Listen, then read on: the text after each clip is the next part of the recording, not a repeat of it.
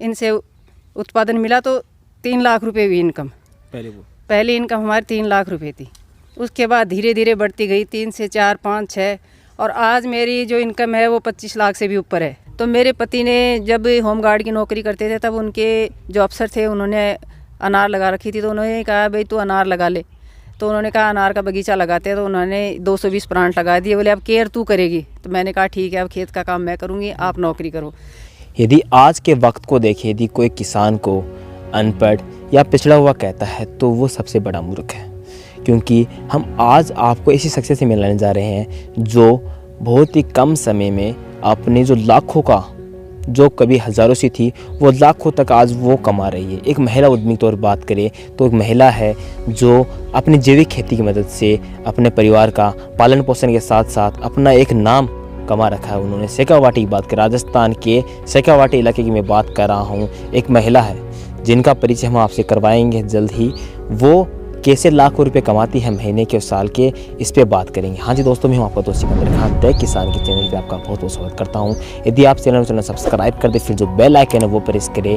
तो चलिए शुरू करते हैं आज का वीडियो। तो पहले उन महिला उद्यमी का जो परिचय वो लेते हैं। मैम अपना जो परिचय हमारे दर्शकों को दे दें। नमस्कार, मेरा नाम संतोष खेदड़ है, गाँव बेरी, जिला सीकर, राजस्थान। आपने जब ये जैविक खेती कर रखी है, आपकी टोटल कितनी बीघा में आपकी जो खेती है? ये हमारी 5 बीघा के अंदर है, इसको 1 एकड़ बोलते हैं। तो इसके अंदर हमने 220 प्लांट पहले अनार के लगाए थे 2008 में। उसके बाद हमने इनमें जो बीज का गैप था वो 15 बाई 15 का था और हमारे पास इतनी ज़मीन नहीं थी। तो हमने सोचा कि इनके बीज की जो जगह हमारे काम नहीं आ रही है, तो उसमें हमने 150 प्लांट मौसमी के लगा दिए। और फिर उसके बाद जब ये देखते हैं कि हमें कहीं जाना नहीं है, अपने खेत में ही काम करना है, तो ये देख रहे कि 2011 में जब है हमारे अनार की पैदावार हुई तो उसके बाद से हमने इनकी मदर प्लांट्स बनाने तैयार कर दिए, क्योंकि इन्हीं कटिंग से हमने जो मदर प्लांट तैयार किए वो दूसरे किसानों को दे सकते हैं हम, और वो भी अपना बगीचा तैयार करें और वो आत्मनिर्भर बने, ये सोचती हूँ मैं। इसलिए हमने 2013 से फिर नर्सरी भी स्टार्ट कर दी और उसके बाद हमने धीरे धीरे करके हर प्लांट लगाए, क्योंकि मदर प्लांट होना पहले हमारे पास ज़रूरी है। उसी के बाद हम पौध तैयार करते हैं। नींबू, मौसमी, सेब, अनार, किन्नू, हर वैरायटी के हमने अपने खेत में प्लांट लगाए और उसी से हम मदर प्लांट तैयार करें। एक महिला उद्यमी तौर पर हम देखें तो आपके पास और भी बहुत अवसर थे, आप और कुछ भी कर सकते। आपको खेती क्या अच्छी लगी कि आप खेती करें? खेती इसलिए चुना गया क्योंकि ना तो मैं इतनी पढ़ी लिखी थी, ना मेरे पति सरकारी नौकरी कर रहे थे। तो हमने सोचा क्यों ना हम अपनी खेती से ही कमा के खाएं, क्योंकि सबने देखा है कि खेती हमारा जो आय का धंधा नहीं है, इसमें घाटे का ही सौदा है। लेकिन ये उन्होंने गलती कहा है, क्योंकि हम अपनी ज़मीन में कितना भी कमा सकते हैं। ये हमने जब 2008 में अनार के पेड़ लगाए तो सभी ने हमें ताने भी दिए थे कि आप ये क्या कर रहे हो, क्यों पेड़ लगा रहे हो, आपने तो अपना अनाज भी खो दिया। तो ये हमने किसी की सुनी नहीं। और उसके बाद हमने क्या है कि जब पानी की कमी होती है, हमारे पास इतना पानी भी नहीं था, तो हमने ड्रिप सिस्टम लगाया और इसी के लिए हमने पानी की भी बचत की। और फिर हमने ये अनार जो लगाए, फिर जब इनमें अनार लगने लगी तो सभी ने अचंभा किया कि भाई आज इन्होंने देखो अनार की इतनी पैदावार ली है, काश हमने भी ये पेड़ लगाए होते। तो इन्हीं से हमने अपनी खेती से आज मैंने नाम पाया है।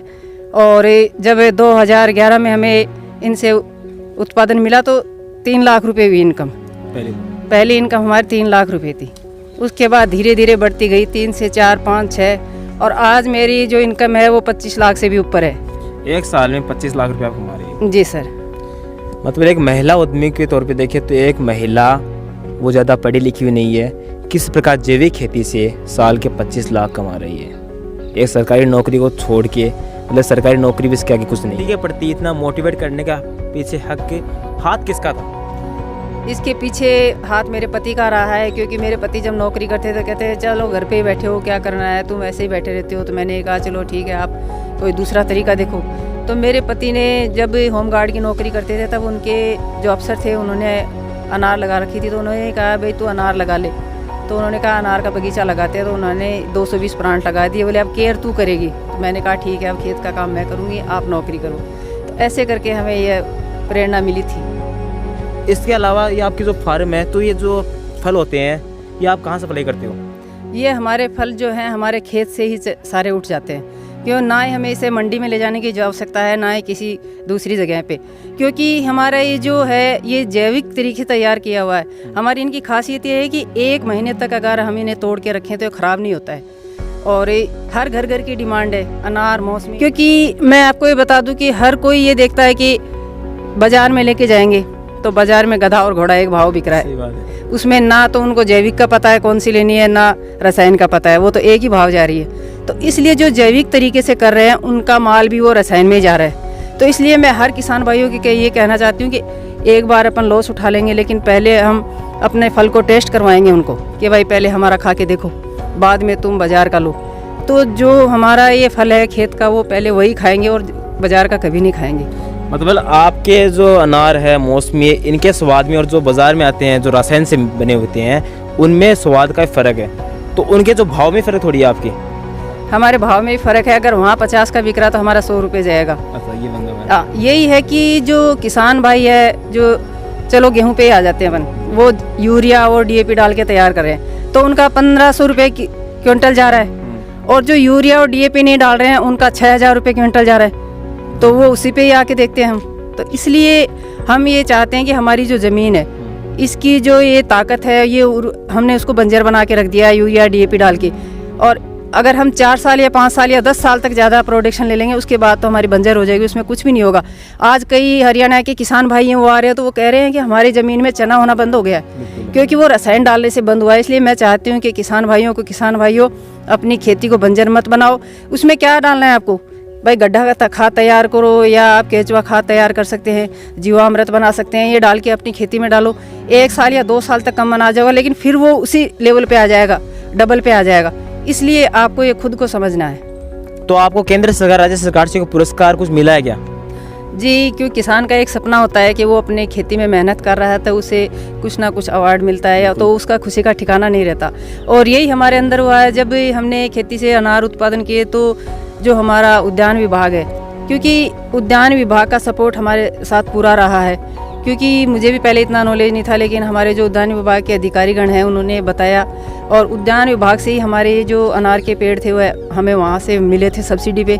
तो हर एक किसान चाहता है कि उनको सब्सिडी भी मिले, इसलिए हमें भी जो अवार्ड मिला 2013 के अंदर हमें राज्य स्तरीय पुरस्कार मिला। उसके बाद हमें 1 लाख रुपए का जैविक का मिला और उसके बाद हमें जो हमारे जो बड़े बड़े कॉलेज हैं उन्हें भी हमें बुलाया गया, वहाँ भी सम्मानित किया गया।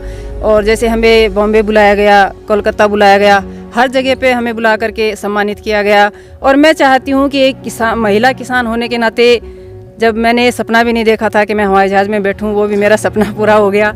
और मैं चाहती हूँ कि हम इसी खेती में करके अपना नाम कमाए। अगर चलो मैं नौकरी करके भी अगर मैं कमाती तो भी मुझे इतना नाम नहीं मिलता, क्योंकि जितना मैं खेती में अपना नाम कमा रही हूँ। और इसी खेती से मैंने अपने 3 बच्चों को पढ़ाया लिखाया है और 2 बच्चों को एग्रीकल्चर दिलवाए, क्योंकि मेरे पति की यही कहते हैं कि चलो हमें अपनी खेती से अपने बच्चों को पढ़ाना है, तो उनका शादी करना है, सारा काम हमने इसी खेती से किया है। और 2 बच्चों को तो हमने एग्रीकल्चर से BSc भी करवाई है। मैं चाहती हूँ कि बच्चों को पढ़ा लिखा करके अगर हम खेती में लेके आते हैं तो ये सबसे अपना सपना है वो पूरा हो जाता है, क्योंकि अगर बच्चा पढ़ रहा है तो उसे तो खेती का ज़्यादा नॉलेज है, वो आगे पढ़ के और भी ज़्यादा करेगा। तो यही मैंने अपने बच्चों को शिक्षा दी है। दोस्तों, आप देख पा रहे हो ये सम्मान है हमारी किसान महिला उद्यमी को मिले हैं। जैसे आप देख पा रहे हो मेरे पीछे ये पूरा एक रूम है जो पूर्ण पुरस्कारों से सजा हुआ है। ये बहुत ही प्रेरणा की बात, हर एक किसान को इसे सीख लेनी चाहिए कि खेती हमें एक फ़ायदे के साथ इज्जत, नाम और शोहरत देती है। बताइए कि कोई किसान नर्सरी जैविक खेती शुरू करना चाहता है तो कितनी इन्वेस्ट लगेगी, कितना उसे रुपये लगाना पड़ेगा, क्या क्या चीज़ों शुरुआत में जो प्रॉब्लम वो फेस करनी पड़ेगी? ये तो देखो, किसान भाई जो है ये सोचता है कि हमें अगर जैविक खेती शुरू करनी है तो उसे ज़्यादा पैसा खर्च करना होगा। ये बिल्कुल भी नहीं है, क्योंकि हमें जो खाद है वो अपने घर पे ही बनानी है, उसका कोई 1 रुपया खर्च नहीं होगा। और उसी के साथ गाय भैंस हम सब रख रहे हैं, इसलिए हमें अपना खेत से इनकम है। तो हर एक किसान भाई पहले अगर बागवानी में आना चाहता है तो पहले ये देखिएगा 5 बीघा में उनके अगर 60-70 हज़ार रुपये प्लांटों के अगर खर्च हो रहे हैं, तो उसके अंदर जो हमारी यह नर्सरी है, यह राष्ट्रीय बागवानी क्षेत्र से हमारी जो है ये अप्रूव्ड है, क्योंकि इसमें जितने भी हम प्लांट देंगे उन पे सब पे सब्सिडी है। अगर इस पर 25% सब्सिडी मिलती है। तो हर एक किसान भाइयों को अगर ये देखते हैं कि अगर वो 70,000 रुपये खर्च कर रहा है तो उस पर अगर 25,000 रुपये उन्हें सरकार की ओर से मिल रहे हैं तो ये बहुत अच्छा है। और यही सब्सिडी पे है, उन पे भी सब्सिडी है सरकार की ओर से, तो किसान भाइयों को ज़्यादा नुकसान भी उठाना पड़ता है। और एक ये बात है कि अगर बागवानी में आ रहे हैं, उन्हें पेड़ लगाने में एक बार लगा दिया तो उन्हें 20-25 साल तक देखना ही नहीं पड़ता है। और जैसे गेहूँ बाजरा बो रहे हैं, आए साल बोते रहते हैं, कभी माउट नहीं होती है, कभी पाला पड़ जाता है तो उसमें कुछ नहीं होता, और आए साल उसे बोते रहो, उसमें कुछ भी पैदावार नहीं होती है।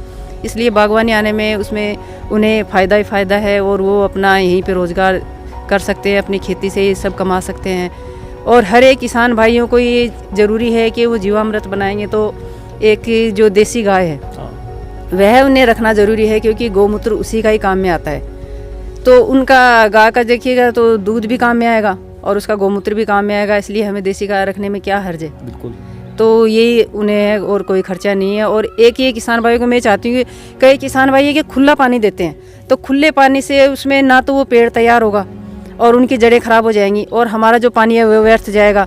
पानी की इतनी शॉर्टेज आ रही है कि आगे के समय में पीने के लिए पानी नहीं मिलेगा, इसलिए उन्हें बूंद बूंद से पेड़ तैयार करना है ताकि हमारा पानी बच जाए। हर एक किसान भाई को यही कहूँगी कि पानी जितना हम खर्च कम करेंगे उतना ही हमारा प्लांट जल्दी तैयार होगा। ये ना कि उन्हें फुल पानी भरते रहे तो वो जल्दी तैयार हो जाए, वो कभी नहीं है। जीवामृत की आपने बात की, तो कई किसान जानते हैं जीवामृत क्या होता है, वो बताइए। जीवामृत में ये है कि मैन देसी गाय का गौमूत्र होता है, और उसके अंदर हम जैसे 20 लीटर गौमूत्र लेंगे, उसके अंदर 20 किलो ही गोबर डाल देंगे, और 2 किलो उड़द का आटा डालेंगे, और 2 किलो उसमें जो बढ़िया पीपल होता है उसके नीचे की मिट्टी, क्योंकि उसमें सूक्ष्म तत्व सबसे ज़्यादा होते हैं, वो डालेंगे, और 2 किलो गुड़ डालेंगे। उसको हमें 15 दिन तक मिलाते रहेंगे, एक प्लास्टिक के ड्रम में डाल देंगे। 15 दिन हिलाएंगे, उसके बाद जब वो तैयार हो जाएगा तो हम उसको 200 लीटर पानी से भर लेंगे। वो हमारा खाद तैयार है, वो 1-1 लीटर हर प्लांट में डालेंगे तो हमारे प्लांट को फुल खुराक मिलती रहेगी। आपके जब प्लांट में कभी कीड़े लग जाते हैं, उसके लिए आप क्या करते हो? कीड़े क्या होता है कि तभी लगते हैं जब उसमें कच्चा गोबर डालते हैं। अगर हम कच्चा गोबर नहीं डालेंगे तो उसमें कभी दीमक नहीं आएगी, ना ही कीड़े लगेंगे। उसमें 6-7-8-9 महीने पुरानी खाद होगी, 6-7 महीने में वो तैयार हो जाती है। वो अगर खाद डालते हैं तो ना कीड़े लग देंगे। और ये क्या, इनमें निराई गुड़ाई चलती रहती है। जब हम जैसे आप फरवरी में निराई गुड़ाई करेंगे तो उसकी खुदाई करके 5-6 दिन उसको खुला छोड़ देंगे, ताकि उनकी किरणें, जो धूप की किरण है सूर्य की, वो उनमें लगेंगी तो कीड़ा बिल्कुल भी नहीं लगेगा। कई बार देखते हैं पौधों में फंगस होता है, उनकी इलाज के लिए क्या करें? पत्तों पे एक मुड़ा रोग आता है, और जैसे उस पर कालेपन हो जाता है, तो उसके लिए हमें जैसे 20 लीटर गाय का गौमूत्र लेंगे, और उसमें 2 किलो नीम के पत्ते, और 2 किलो आड़ू के पत्ते, 2 किलो बील के पत्ते, और 2 किलो जैसे हमारे पास अगर धतूरा मिल जाता है तो उसके पत्ते ले लेंगे, और हम नीम की जो निम्बोली होती है वो भी ले सकते हैं। उन सबको 20 लीटर उस गौमूत्र में एक प्लास्टिक के ड्रम में डाल देंगे या फिर मटके में डाल देंगे। उसको 20-25 दिन पड़ा रहने देंगे। उसके बाद वो जब सड़ जाता है, उसके बाद उसको मिक्स करके और छान के 20 लीटर की टंकी होती है उसमें हम 1 लीटर डालेंगे, और वो डालने के बाद हम उसमें 50 ग्राम उसमें हल्दी डाल देंगे। वो क्योंकि हल्दी एक एंटीबायोटिक होता है, और उसी के अंदर पेस्ट बनाएंगे तब भी हम उसमें लहसुन डाल सकते हैं। तो उसको हमें फिर उस टंकी को हम हर एक 20 दिन से उस पर स्प्रे मारेंगे। जो पत्ते हैं, मुड़ाव है, वो भी खुल जाएगा, और उस पे जो कालापन का धब्बा है वो भी, उसका रोग भी मिट जाएगा। आपके जो उदाहरण है इसमें कितने प्लांट और किस चीज़ के प्लांट अभी अवेलेबल है? हमारी नर्सरी के अंदर हमने जो हमारे पास मदर प्लांट हैं, जैसे अनार है, मौसमी है, नींबू है, किन्नू है, एप्पल है, थाईवेर है, हर वैरायटी की जो मदर प्लांट है उन्हीं की हमने पौध तैयार कर रखी है। क्योंकि मैं चाहती हूँ कि जो किसान भाई है, जो जगह जगह नर्सरियाँ खुली हुई हैं, जो बाहर से ला के बेच रहे हैं, तो वो किसान भाई अगर अपने खेत में लगाते हैं तो 4 साल बाद जब वो देखते हैं तो ना उन अनारों पे कलर आता है, उनके दाने जो हैं वो सफ़ेद रह जाते हैं। तो जो किसान भाई है, इतनी मेहनत करके अगर 4 साल बाद वो प्लांट उखाड़ता है तो बहुत दुख होता है। उन्हें बच्चों की तरह पाला जाता है। तो इसलिए मैंने 2013 में अपनी नर्सरी शुरू की थी, क्योंकि हर एक किसान भाइयों को ओरिजिनल प्लांट मिलना बहुत ज़रूरी है। क्योंकि हर एक किसान भाइयों को ये भी नहीं पता होता है कि भाई कौन से प्लांट लगाने हैं और किस तरह से हमें लगाने हैं। यही सोच करके, क्योंकि मैंने बहुत से दुख झेले हैं, मैंने और मेरे पति ने जब ये प्लांट लगाए थे तो हमें ये नहीं पता था कि खाद कहाँ डालनी है, कैसे हमें ड्रिप लगानी है, कैसे उनमें निराई गुड़ाई करनी है। उसके बाद हमने खेती में जब हमने प्लांट लगाए तभी मैं और मेरे पति इस खेती में लगे रहे, और शुरू से लेकर एंड तक हमने ये देखा कि किस तरह से हमें क्या काम करना है। वो देख करके मैंने हर एक किसान भाइयों को हम ये पहले बताते हैं कि आप आओ फिर प्लांट लेके जाओ, क्योंकि हम आपको बताएंगे किस तरह से आपको कितना गड्ढा करना है, किस तरह से आपको पेड़ लगाना है, कैसे निराई गुड़ाई करना है, ये हम किसानों को पूरा प्रशिक्षण देते हैं, कि पूरा बताते हैं कि किसान भाइयों को ये पता नहीं रहता है कि कब प्लांट लगाएंगे और कैसे लगाना है। इसलिए हर एक किसान भाई यहाँ आता है, उसे हम प्रशिक्षण भी देते हैं और यह ट्रेनिंग दे के यही बताते हैं कि आपको किस तरह से प्लांट लगाने हैं और कब लगाने हैं और कैसे लगाने हैं। अब आपके इस प्लांट में कितने जो आपके घर के सदस्य काम करते हैं, कितने सदस्य काम कर रहे हैं इस वक्त हम 4 तो घर के सदस्य हैं, क्योंकि बेटियों की तो शादी हो चुकी है तो वो ससुराल गई हैं। और फिर हम लेबर भी रखते हैं, लेबर ज़्यादा नहीं रखते, 1-2 रखते हैं, क्योंकि जब हमें निराई गुड़ाई की आवश्यकता होती है उस समय हम लेबर लेके आ जाते हैं और करके और फिर उनकी छुट्टी कर देते हैं। और मैं ये चाहती हूँ कि हर एक लेबर, हर एक किसान भाई अगर ऐसे काम करेगा, जैसे मैं 20 लेबर को रोज़गार दे सकती हूँ, तो इससे हमारी जो रोज़गार किसान भाई हैं वो हर एक खेत में अगर 20-20 लेबर लगाएंगे तो उनकी भी जो काम है वो भी उन्हें मिलता रहेगा। इसलिए मैं कभी 20 कभी 25 लेबर यहाँ लगते रहते हैं, हर एक लेबर को, क्योंकि हमें निराई गुड़ाई पे लेबर की ज़रूरत होती है। जब हम पौध देते हैं तो भी हमें ज़रूरत होती है, थैलियाँ भरवाते हैं तो भी हमें लेबर की ज़रूरत होती है। तो हम ज़्यादा से ज़्यादा 5 लेबर तो परमानेंट रखने पड़ते हैं हमें। 5 रखते। देखा है कि सेब हमारे हिमाचल में होता है और आप कहे कि आपने यहाँ तैयार कर रखी, क्या बात सही है? ये बिल्कुल सही है, क्योंकि ये एक ऐसी सेब है, हरमन डबल 9 है, जो ये 50 डिग्री टेम्परेचर तक तैयार होती है। इसके अंदर ना तो कोई लू की चपेट है ना कोई और है, जैसे हमारे नॉर्मल प्लांट होते हैं वैसे ये सेब का पेड़ है। ये एक ऐसी ही प्रजाति तैयार की हुई है जो हमारी गर्मियों में तैयार होती है। ये जून लास्ट तक पककर तैयार हो जाती है। ये जून तक पक जाती है आपकी? हाँ, जहाँ जब कभी कहीं पे फल नहीं होता उस समय जम्मू और हिमाचल में भी फल नहीं होता है, हमारे राजस्थान में फल होता है। तो आप सेब को तैयार करने के लिए क्या क्या प्रक्रिया करती हैं? जैसे हमारे नॉर्मल पेड़ है वैसे ही है, उसमें कोई ज़्यादा दिक्कत नहीं है। तो टेम्परेचर की कोई दिक्कत वाली बात नहीं है क्या? बिल्कुल नहीं है, ना उसमें सर्दी की है ना गर्मी की है। कोई दिक्कत वाली बात नहीं है जी नहीं। तो इन्होंने एक अच्छी बात कही कि जिस वक्त जम्मू और हिमाचल में सेब नहीं मिलता, वह इस वक्त शेखावाटी के इस इलाके में मिल जाता है। ये हमारे लिए, शेखावाटी के लिए बहुत गर्व की बात है। आपका बहुत बहुत शुक्रिया है जय किसान को अपना कीमती वक्त देने के लिए बहुत बहुत शुक्रिया। तो किसान दोस्तों, मिलेंगे अपने अगले वीडियो में, तब तक चैनल सब्सक्राइब कर दे। जय किसान, जय राजस्थान, जय भारत।